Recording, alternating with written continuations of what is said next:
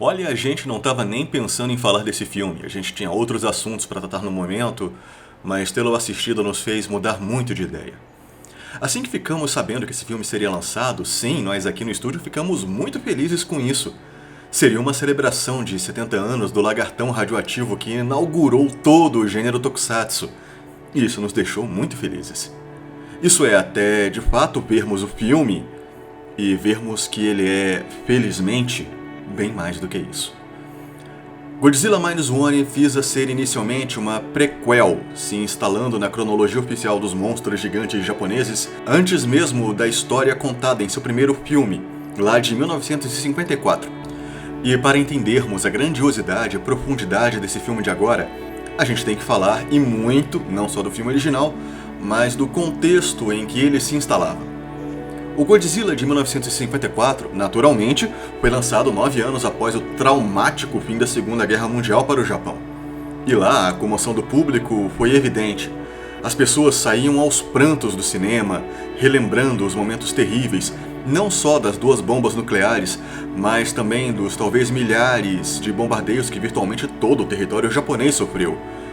E é aí que temos o primeiro fato histórico e cultural importante a ser ressaltado. A reação do público inicial, por exemplo, nos Estados Unidos, foi exatamente diametral. As pessoas saíam rindo do filme super hilário sobre um lagarto gigante e borrachudo que pisoteia as cidadezinhas dos japas. Pois é. E olha que ele contava com cenas e falas super risíveis, como por exemplo...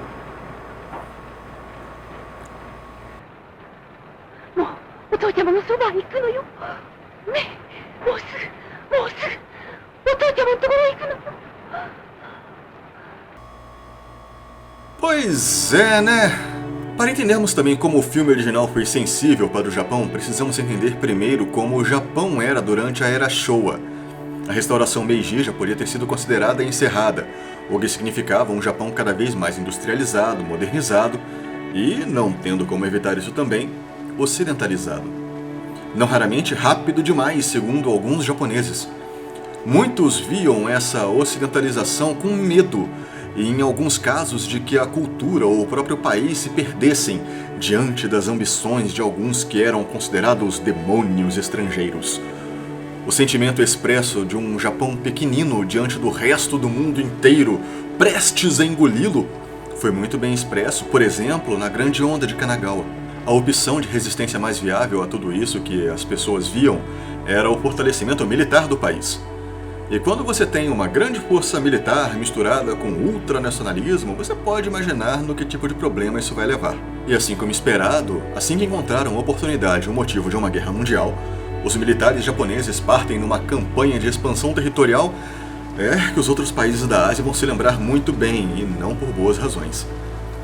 Sim, foi um período tétrico e eu não estou relevando o sofrimento de milhões de vítimas de violência nas mãos do exército imperial japonês. É só que essa não é a nossa questão no momento.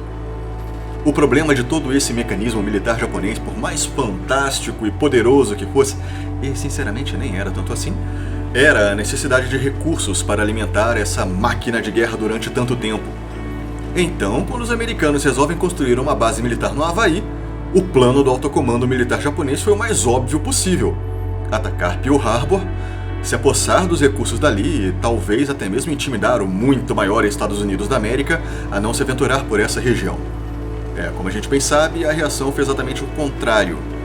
Mas daquele momento em diante, ficou óbvia a derrota do Japão, inclusive para ele mesmo. Os militares então passam a pensar num plano para tornar a derrota do Japão a menor e menos custosa possível. E como fariam isso? Ora, sacrificando milhares, talvez milhões, de soldados no processo. Se o Japão foi ou não uma vítima na Segunda Guerra Mundial ainda é discutível, bem como se algum país, por maiores que fossem as suas atrocidades, de fato merece ter 2 bombas nucleares em suas cidades cheias de civis. Porém, o fato que nos interessa no momento é que a população japonesa foi vítima do próprio exército. Sim, porém, sua maioria jovens até então civis, que foram recrutados para uma guerra com uma probabilidade enorme de morrerem. E plenamente cientes disso, mas que no final das contas não tinham tanta escolha. Ou você morria se sacrificando na guerra, ou morria pelas mãos do próprio exército, em acusações de deserção, traição da pátria ou alguma coisa similar. A propaganda de que o sacrifício em nome do bem maior da pátria e sua associação com Bushido vieram quase que naturalmente, numa tentativa de tornar esse processo, digamos assim, menos traumático para a população. Com o fim da guerra, o que temos é exatamente aquilo que Godzilla Minus One mostra. Uma população desesperada, onde mães perderam filhos, filhos perderam pais, e um país completamente destruído, não só no sentido material. E daí vem o título do filme. O Japão havia perdido tudo, voltado à estaca zero. E agora ele iria para -1. Toda a franquia de filmes de Godzilla, incluindo suas interações mais recentes como o Shin Godzilla, sempre teve um discurso anti-guerra, crítica social e antinuclear bem óbvio. Os americanos simplesmente não tinham como entender esse ponto. O país deles nunca foi atacado, de fato, na Segunda Guerra Mundial. E os japoneses também não eram sequer pessoas. Eram japas. Eram eles. E eles, o sofrimento deles, qualquer que fosse, não eram nós. Godzilla Minus One talvez consiga trazer todo esse sentimento de volta, e o faz muito bem. Principalmente quando contraposto a produções americanas que custaram literalmente centenas de vezes mais esse ano. O filme traz o que tem faltado de fato nas tão grandiosas produções americanas: personagens. E não estamos falando só do protagonista aqui. Todos os personagens principais de Minus One são interessantes. Todos são magistralmente bem atuados, com profundidade, motivos e personalidade. O filme consegue trazer uma ambientação e história tão bons que mesmo que se tirássemos o Godzilla da equação, ele ainda funcionaria. O que não quer dizer que o nosso monstro fica devendo. Aliás, muito pelo contrário, ele aparece já nos primeiros minutos do filme e é trabalhado com uma excelente noção de evolução. Diametralmente as típicas produções americanas que tentam tratar Godzilla com uma narrativa de ficção científica ou de um filme heróico de desastre, em que sempre temos as autoridades governamentais em ternos impecáveis, trabalhando e rompendo limites impossíveis para homens menores, aqui a gente não tem nada disso. Novamente porque a gente não precisa disso. Há uma menção sobre como tanto o governo japonês e o americano não podem agir no problema Godzilla porque ambos estão preocupados com os soviéticos. E independente se essa desculpa realmente funciona ou não, a gente não precisava dela. Não é essa a história que nos interessa.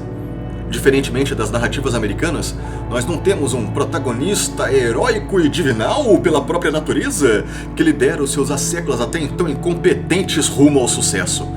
O nosso protagonista, Koichi Shigeshima, não é protegido pela narrativa, muito pelo contrário. Ele sofre pela síndrome do sobrevivente e passa o filme todo culpado por ela. Ele é literalmente agredido logo no começo do filme exatamente por isso. Ele é um piloto kamikaze que sobreviveu, e isso é errado. Esse é o seu pecado. O modo como o próprio monstro é tratado também é diferente do que vemos nas telas americanas. Godzilla não é um salvador da humanidade ou do meio ambiente. Ele é um terror contra o qual nada pode ser feito. Um ódio injustificado, irracional, violento e onipotente contra a humanidade. O terror de Minus One não é a sua mão pegar fogo. É você colocá-la debaixo d'água e ela continuar queimando.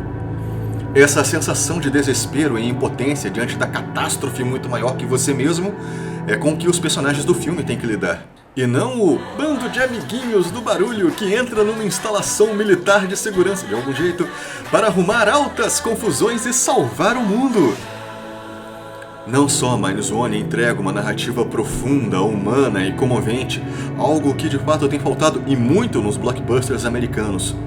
Ele consegue fazê-lo sem violar os preceitos que a franquia sempre zelou, e também obedecer à cronologia oficial.